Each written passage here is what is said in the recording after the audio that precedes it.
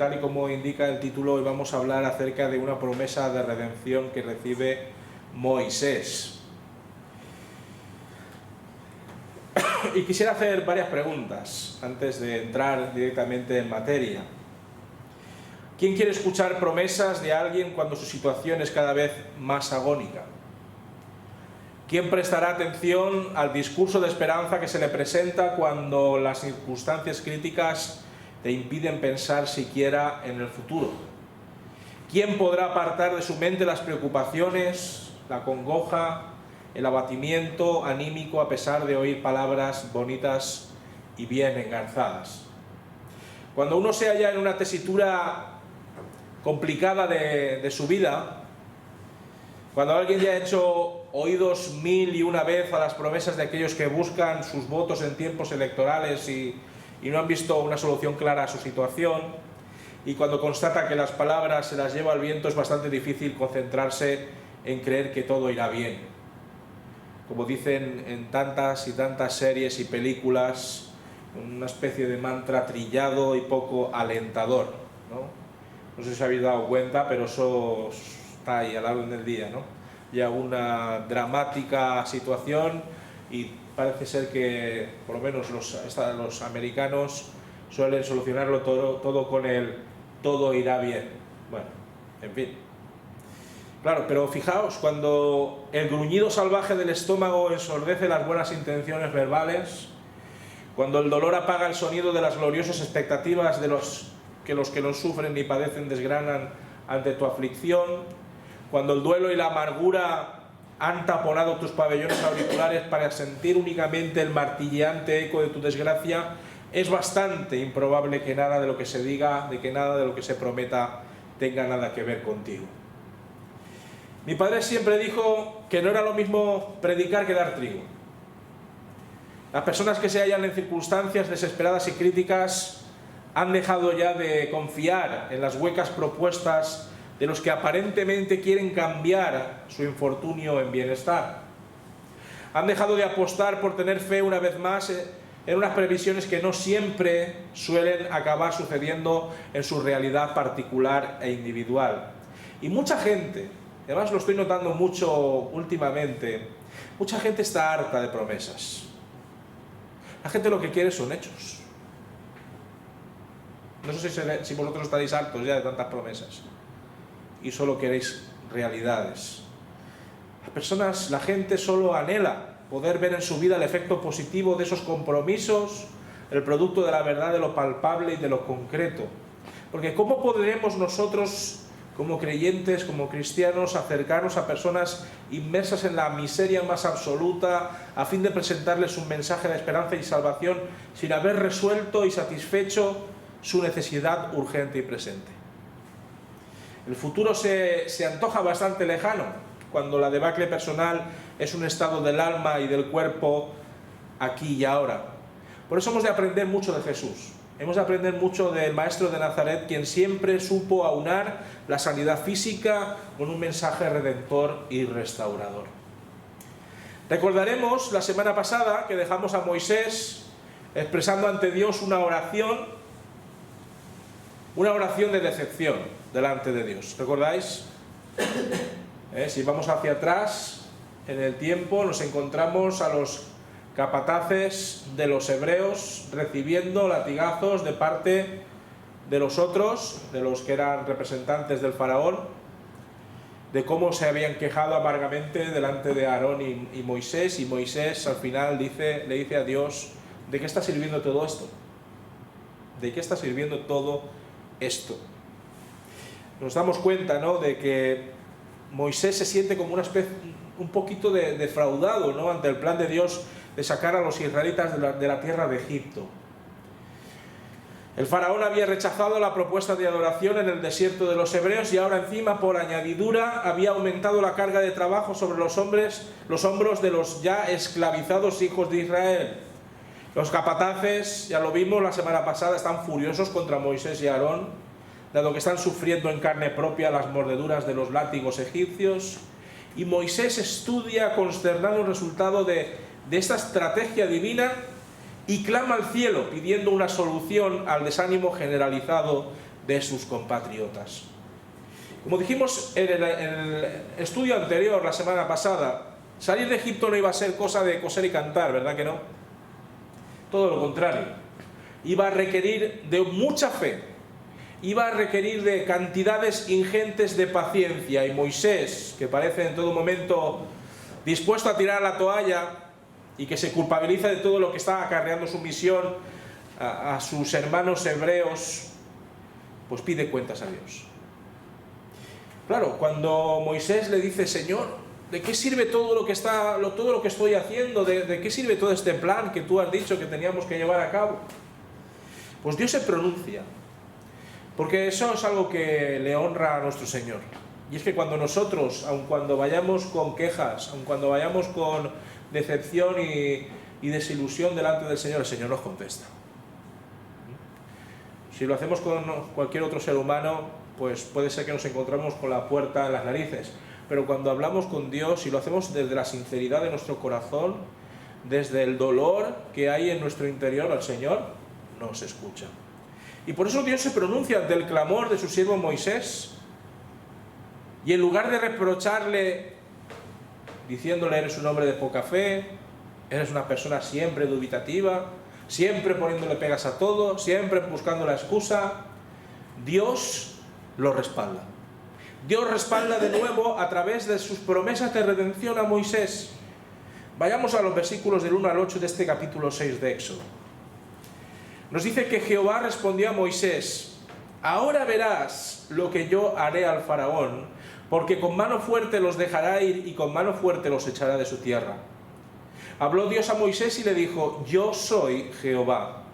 Yo me aparecí a Abraham, a Isaac y a Jacob como Dios omnipotente, pero con mi nombre Jehová no me di a conocer a ellos.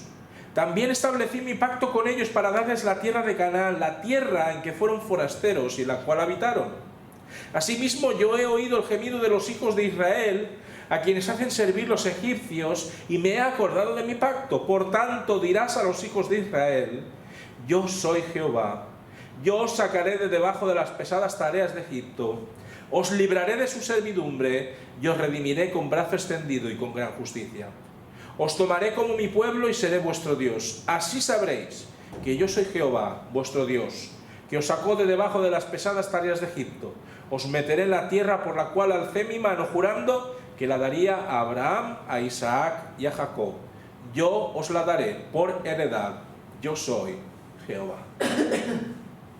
El Señor, consciente de la enrarecida atmósfera que se ha creado con la intransigencia del faraón, tiene misericordia de Moisés y de su pueblo. Dios no se precipita en su intervención salvadora, pero quiere dejar claro a su siervo Moisés que él tiene planes soberanos para que el faraón dé su brazo a torcer y para que lo haga sin poner ningún tipo de impedimento a la salida de los israelitas. No solamente los va a dejar marchar, como nos dice aquí, sino que además lo va a hacer encantado, ansiando que abandonen para siempre sus dominios. Pero todo tiene su tiempo. Todo tiene su tiempo, todo tiene su proceso que ya ha sido establecido por el Señor incluso antes de que el mismo Moisés naciera. El Señor vuelve a remachar la idea de que Él, ¿quién es? Él es Jehová. Él es Jehová, Él es el yo soy, Él es el único Dios verdadero, cuyo nombre ha sido revelado de manera especial para esta ocasión a los componentes de su pueblo escogido. Es el mismo Dios, lo remacha una y otra vez, es el mismo Dios que bendijo y acompañó a sus ancestros, pero con otro nombre. Para sus antepasados, Dios era el omnipotente, el Shaddai, el Todopoderoso, capaz de hacer que lo imposible sea posible, capaz de transformar la esclavitud en libertad según su soberana voluntad. Este Dios irresistible y potente acordó con sus antepasados un pacto en el cual la región de Canaán, la tierra prometida, sería para siempre para ellos, a pesar incluso de que se hubiesen tenido que trasladar a las verdes praderas de Gosén en Egipto. Ahora, precisamente ahora, en los tiempos de penuria y sometimiento abusador a los que son sometidos los hebreos, Dios se alza en medio de la historia para traer a la memoria ese pacto que nunca deja de ser. No es que el Señor se hubiese olvidado de cumplirlo o de llevar a término cada una de sus cláusulas y estipulaciones, no. Dios es omnisciente. Y la amnesia no es compatible con su sabiduría perfecta y con el conocimiento de cada recoveco de la trayectoria humana sobre la tierra. Es una manera de que los israelitas y el propio Moisés entiendan, asimilen que el tiempo oportuno para regresar a la tierra prometida ya ha llegado y que al fin podrán reclamar lo que es suyo por derecho divino. Todo el trabajo áspero, todo el trabajo opresor que los tiene acogotados pronto será algo del pasado. Es una promesa de Dios. La humillación continua a la que han estado atados durante décadas se convertirá en cenizas al viento. El poder desatado de Dios, según lo que hemos leído en estos versículos del 1 al 8, ese poder desatado de Dios será desplegado ante los ojos de todo el mundo, egipcios y israelitas. Y en virtud de su justicia nos dice su palabra que el Señor pagará el precio de su liberación con creces. Cada tribu, cada familia hebrea se unirá con el resto de la estirpe de Jacob para constituir un nuevo pueblo, uno que estaba respaldado, protegido y prosperado por el Dios Todopoderoso, hasta lograr llegar a plantar sus pies en la tierra de Canaán. Y de tal magnitud será la salvación de Dios, con tantas muestras de potencia y control de la realidad por parte de Jehová, como serán realizadas en la tierra de Egipto, que nadie podrá poner en tela de juicio que el Señor está dirigiendo sus destinos y cumpliendo su pacto de redención. Claro, Moisés, después de escuchar estas palabras de parte de Dios, ya con las pilas bien cargadas por el compromiso divino adquirido para con su pueblo, vuelve de nuevo a reunir a todos los líderes de la casa de Israel, a fin de insuflarles aliento en medio de la complicación recién surgida. Vayamos de nuevo al texto, versículos del 9 al 13 y luego del 28 al 30, porque como vais a ver, tiene su misma idea. Del 9 al 13 dice así: de esta manera habló Moisés a los hijos de Israel, pero ellos no escuchaban a Moisés. ¿Debido a qué? Al desaliento que los embargaba a causa de la dura servidumbre. Entonces Jehová dijo a Moisés: entra y dile al faraón, rey de Egipto, que deje ir de su tierra a los hijos de Israel. Moisés respondió ante Jehová: los hijos de Israel no me escuchan. ¿Cómo me escuchará el faraón a mí, que soy torpe de labios? Entonces Jehová habló a Moisés y a Aarón y les dio órdenes para los hijos de Israel y para el faraón, rey de Egipto, a fin de que sacaran a los hijos de Israel de la tierra de Egipto. Versículos 28 al 30. Cuando Jehová habló a Moisés en la tierra de Egipto, le dijo: yo soy Jehová, di al faraón, rey de Egipto, todas las cosas que yo te digo a ti. Moisés respondió ante Jehová: yo soy torpe de labios, ¿cómo pues me ha de oír el faraón? El problema surge cuando todos aquellos que escuchan a Moisés transmitir lo que el Señor le había dado a decir, se cruzan de brazos y manifiestan su hartazgo ante las condiciones tremebundas de opresión que padecían, agravadas ahora, como hemos visto, por las nuevas órdenes del faraón. No tenían ni tiempo ni ganas de pensar en marcharse de Egipto, de convertirse en un pueblo, de regresar a la tierra de sus ancestros. Estaban completamente agobiados, estaban tensos, estaban enfurecidos con Moisés y con ese Dios que supuestamente pretendía liberarlos de su estado de esclavitud. Sus rostros, yo me figuro, ¿no?, los rostros de esos líderes de los hebreos demostrarían ante Moisés y Aarón su más absoluta indiferencia ante su discurso. Sus miradas, muchas de ellas perdidas y cansadas, las cuales eran el espejo vivo de una realidad palmaria y dramática que se prolongaba en el día a día, decían todo a Moisés.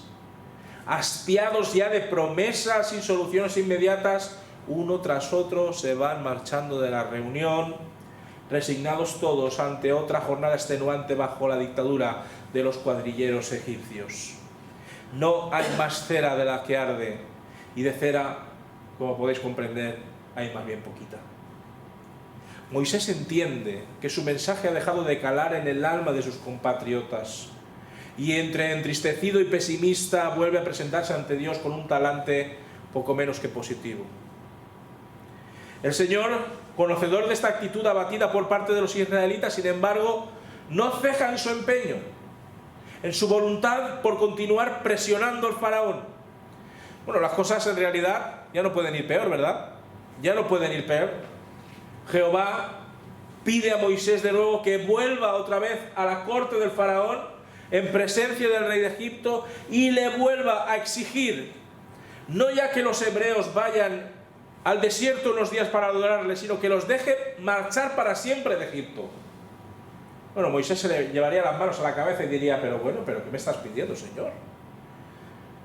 Si le hemos dicho de ir unos días al desierto para adorarte y mira la que nos ha liado, ¿cómo voy ahora yo a decirle que nos deje marchar para siempre? Claro, pero cuando el Señor habla, las cartas están siempre sobre la mesa. Y Dios echa un órdago firme y claro. La idea es que todo Israel se desvincule completamente del pueblo egipcio y que lo haga sin contrapartidas ni condiciones. Moisés todavía seguía medio desconcertado, asustado. Si sus compatriotas ya no quieren saber nada de los planes redentores de Dios, el faraón se le va a reír en toda la cara. Y esto sin contar con sus limitaciones verbales, que las vuelve otra vez a sacar a colación, ¿verdad? De las que tira constantemente Moisés para seguir afirmando indirectamente que él en realidad no era el elegido para liberar a los hebreos, él no era el indicado. Moisés parece haber llegado a su tope de fe. Ya más allá de ahí ya no puede subir más. Nada de lo que diga hará que cambien las cosas en cualquiera de los dos sentidos. Pero todo lo contrario. Moisés tal vez tiene miedo de que si acude a la audiencia con el faraón, este se enoje de tal manera que incluso llegue a matarlo y con la idea de pisar con más fuerza la dignidad del pueblo hebreo. Pero fijaos, el Señor sabe hasta dónde es posible y sensato tensar la cuerda. E insiste en que a pesar de su tartamudez, la que rebacha por dos ocasiones como hemos visto en estos dos textos, Moisés y Aarón deben comunicar palabra por palabra su exigencia divina. Claro, a continuación el autor del Éxodo enumera algunas de las diferentes casas que iban a constituirse en la columna vertebral de la nueva nación de Israel tras salir de Egipto, con especial atención en el linaje levítico al que pertenecen Moisés y Aarón. Ahí tenemos una lista de los versículos 14 al 27, que no vamos a leer por amor del tiempo y de los trabalenguas de la lengua hebrea, ¿no? Comienza, ¿no?, con ese versículo 14, estos son los jefes de las casas paternas, y hablan pues de cada una de las tribus, de acuerdo, y de algún que otro detalle, y termina diciendo que estos son los jefes de los padres de los levitas por sus familias, estos son aquel Aarón y aquel Moisés a los cuales Jehová dijo, sacad a los hijos de Israel de la tierra de Egipto por grupos. Estos fueron los que hablaron al faraón, rey de Egipto, para sacar de Egipto a los hijos de Israel, fueron Moisés y Aarón. Con esta lista parcial de descendientes de Jacob, Moisés desea infundir esperanza en el lector, en aquella persona que iba a leer estos versículos. ¿Por qué? Porque anticipan el éxito de la empresa liberadora encomendada por Dios. Nada más empezar la historia ya te está diciendo que al final las cosas van a salir bien. Es curioso que solamente se reseñen en estos versículos 3 casas. De entre todas las tribus de Israel, ¿que cuántas son? ¿Recordáis cuántas tribus eran? 12. Eran 12, pues solamente reseña 3. La casa de Rubén, la casa de Simeón y la casa de Leví, los cuales, como ya sabemos, fueron los 3 primeros hijos que tuvo Jacob con Lea, pero que fueron progresivamente despojados de su primogenitura a causa de sus acciones depravadas, homicidas y sanguinarias. No obstante, precisamente de la descendencia de Leví, de Coat su hijo, vendrán los 2 hombres que liderarán la futura salida de Israel rumbo a la tierra prometida. Se nos indica en estos versículos que Aarón tuvo familia de Elisabet, con una progenie que se convertiría en el futuro linaje de los sumos sacerdotes de Israel. Y también se nos habla de los coreitas, los cuales devendrían en porteros del templo y en aquellos que iban a preparar los sacrificios que iban a ofrecerse a Dios. En definitiva, esta retahíla de nombres que aparece en esta lista, que decir, vale, ¿esto para qué? ¿Esto qué sentido tiene? Pues fijaos bien, esta retahíla de nombres venía a respaldar y a refrendar la autoridad de Moisés y de Aarón en su interés por representar ante el faraón a todo el pueblo. Y por lo tanto es significativo algo, un detalle. Y es que nada se nos diga acerca de una tribu, de la tribu de Judá. No aparece por ningún sitio, la cual, como bien sabemos también, a través del ascenso de su patriarca, había conseguido erigirse en líder de todos sus hermanos. Esto ya lo vimos cuando estudiamos el Génesis en la historia de José. Para terminar, queridos hermanos, entre la espada y la pared, el pueblo de Israel y los propios Moisés y Aarón se hallan en una tesitura de extrema gravedad. Con los ánimos decaídos y con un ambiente depresivo, Moisés debe dejar que sea Dios el que tome las riendas de la historia y de los corazones de los seres humanos que han de ir interviniendo en esta trama. Aunque es complicado albergar un ápice de fe, sobre todo en tiempos convulsos y controvertidos, toda nuestra confianza siempre ha de estar depositada en los designios soberanos de Dios. Aunque sea difícil hay que seguir confiando en el Señor. Porque Él es el que mejor sabe de qué modo lo imposible e inalcanzable puede llegar a ser posible y alcanzable. Lo hemos experimentado, ¿verdad que sí, hermanos y hermanas? Lo hemos experimentado en multitud de ocasiones, que aquello que parecía imposible e improbable, al final ha sido hecho según la voluntad y los propósitos del Señor. Lo hemos experimentado, hemos sido testigos de su abrumadora gracia. Precisamente en los instantes más turbulentos y más tenebrosos de nuestras existencias, ahí estaba el Señor. Y ahí seguirá estando el Señor. Cuando dejamos de pensar en que son nuestras aptitudes y habilidades las responsables del éxito o del fracaso de la misión de Dios, entonces podremos dejar que sea el Señor el que intervenga providencialmente para convencer plenamente los corazones de aquellos que contemplan arrobados el poder y la grandeza de un Dios que cumple siempre todo lo que promete. Si el Señor prometió en su día a Moisés y a Aarón en momentos realmente controvertidos y difíciles, si prometió que redimiría a su pueblo, ¿qué creéis que iba a pasar? Que eso es precisamente lo que iba a hacer a su debido tiempo. Pero esto es para la siguiente tanda de estudios, después de la que vamos a tener esta próxima semana, que es en Apocalipsis. ¿Tenéis algún comentario, algo que queráis comentar sobre esta última lección? ¿No? Muy bien, pues la semana que viene comenzamos nueva serie de estudios.